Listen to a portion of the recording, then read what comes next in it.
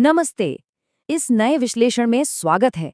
देखिए, आम का नाम सुनते ही सबसे पहले दिमाग में क्या आता है? एक बहुत ही स्वादिष्ट और रसीला सा फल, है ना? लेकिन आज हम सिर्फ इसकी मिठास की बात नहीं करने वाले। आज हम इसके छिलके के थोड़ा और अंदर जाएंगे। हम आम के पेड़ के उन प्राचीन संस्कृत वर्गीकरणों को डिकोड करेंगे और इसके उन औषधीय गुणों को समझेंगे जो शायद हमने कभी सोचे भी नहीं थे।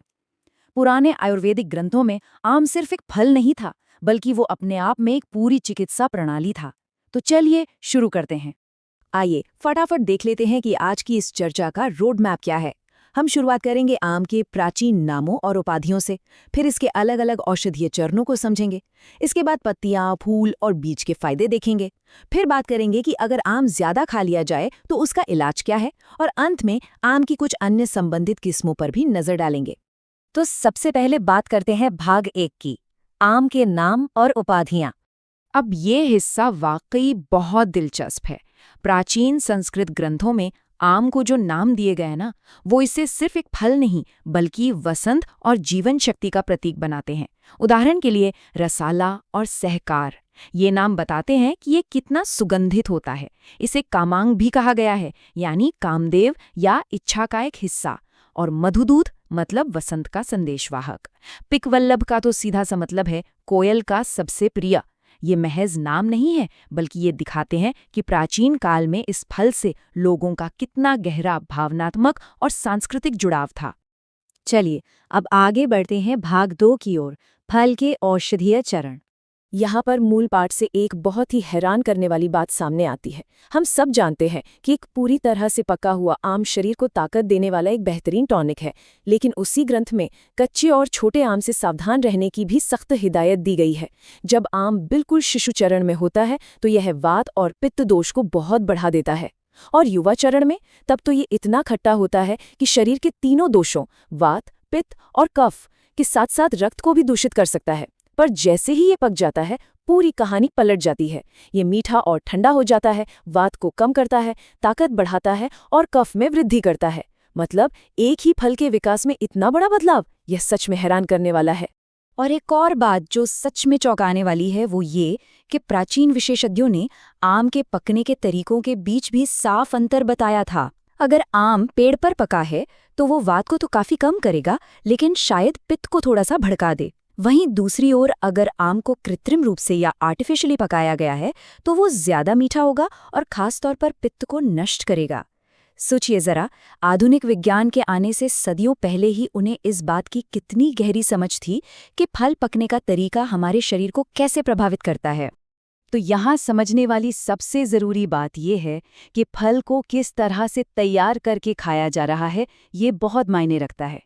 चाहे उसे निचोड़ा जाए, काटा जाए या दूध के साथ मिला लिया जाए, उसका पूरा औषधीय गुण ही बदल जाता है। जैसे जब पके हुए आम को दूध के साथ मिलाया जाता है, जिसे दुग्धाम्र कहते हैं, तो वो एक बहुत ही भारी और मीठा टॉनिक बन जाता है। ये कॉम्बिनेशन वात और पित्त दोनों को शांत करता है, शरीर की ताकत बढ़ाता है और यहाँ तक कि त्वचा की रंगत यानी कॉम्प्लेक्शन को भी निखारता है। ये भोजन और औषधि के बेहतरीन तालमेल का एक बहुत बढ़िया उदाहरण है। अब आते हैं भाग 3 पर, पत्तियां, फूल और बीज। आयुर्वेद में आम के पेड़ को महज एक पेड़ नहीं बल्कि एक पूरी की पूरी फार्मेसी माना गया है। सिर्फ फल ही नहीं, इसके हर हिस्से का अपना उपयोग है। इसकी पत्तियां कफ और पित्त दोष को जड़ से खत्म करती हैं। इसके जो फूल हैं वो डायरिया, रक्त विकारों और यहाँ तक कि मधुमेह जैसी मूत्र संबंधी समस्याओं का बेहतरीन इलाज है। और इसके बीज वो पाचन से जुड़ी परेशानियों जैसे कि उल्टी, दस्त और सीने की जलन के लिए एक अचूक उपाय की तरह काम करते हैं। आप जरा इस बेहद दिलचस्प और स्मार्ट संरक्षण तकनीक को देखिए, जिसे आम्रावर्त कहा गया है। यह असल में प्राचीन समय का आम पापड़ ही है। इसमें होता क्या था कि पके आम के रस को एक कपड़े पर फैलाकर बार बार कड़ी धूप में सुखाया जाता था। धूप में पकने की वजह से ये बहुत ही हल्का और औषधीय गुणों से भरपूर हो जाता था। ये ना सिर्फ प्यास और उल्टी को ठीक करने में काम आता था, बल्कि वात और पित्त को भी शांत करता था। है ना कमाल का तरीका? चलिए आगे बढ़ते हैं भाग 4 की तरफ, आम के अधिक सेवन का इलाज। इतने सारे फायदों के बावजूद ग्रंथ में एक बहुत ही स्पष्ट चेतावनी भी दी गई है। अगर कोई व्यक्ति बहुत ज्यादा खट्टे आम खा लेता है तो वो आम्रतायोग नाम की स्थिति का शिकार हो सकता है। ये एक ऐसी अवस्था है जहां ज्यादा आम खाने से शरीर के दोष असंतुलित हो जाते हैं और कई बीमारियां घेर लेती हैं। हालांकि इसमें एक दिलचस्प छूट भी है। अगर आम बहुत ज्यादा मीठे हैं तो फिर कोई नुकसान नहीं है, बल्कि वो आंखों के लिए बहुत फायदेमंद माने गए हैं। तो ये खट्टे आम के ज्यादा सेवन से आखिर होता क्या है? बीमारियां क्या हैं?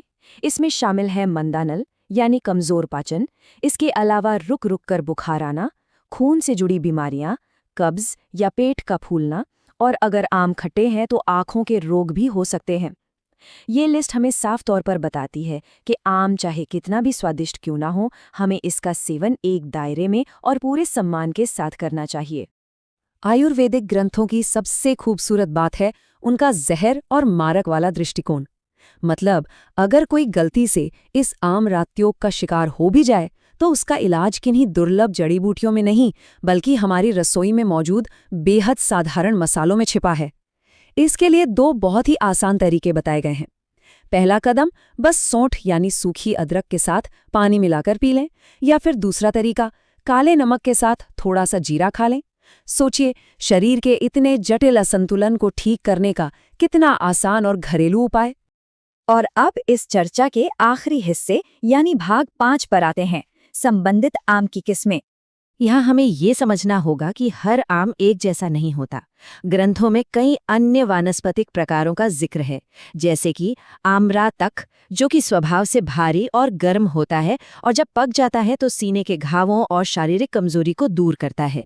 वहीं दूसरी ओर राजाम्रा है, जो वैसे तो कब्ज और पेट फूलने का कारण बन सकता है, लेकिन कफ और पित्त का बहुत अच्छा इलाज भी है।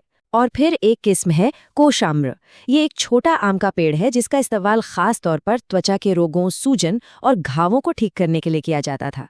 मतलब हर एक किस्म की अपनी एक खास मेडिकल प्रोफाइल थी। जैसे जैसे हम इस विश्लेषण के अंत पर आते हैं, एक बड़ा सवाल खड़ा होता है। आज के समय में जब हम बिना मौसम के फल खाते हैं या रसायनों से पके हुए फलों का धड़ल्ले से सेवन करते हैं, तो क्या ये हमारे पूर्वजों के उस गहरे वानस्पतिक ज्ञान और दोषों के संतुलन के खिलाफ नहीं है? क्या हमारी इस आधुनिक लाइफस्टाइल ने हमें प्रकृति की उस बारीकी से दूर कर दिया है जिसे हजारों साल पहले ही समझ लिया गया था? ये वाकई एक ऐसा सवाल है जिस पर हम सबको विचार करना चाहिए। इस पूरी चर्चा में साथ बने रहने के लिए बहुत बहुत धन्यवाद। सीखते रहिए और ऐसे ही सवाल पूछते रहिए।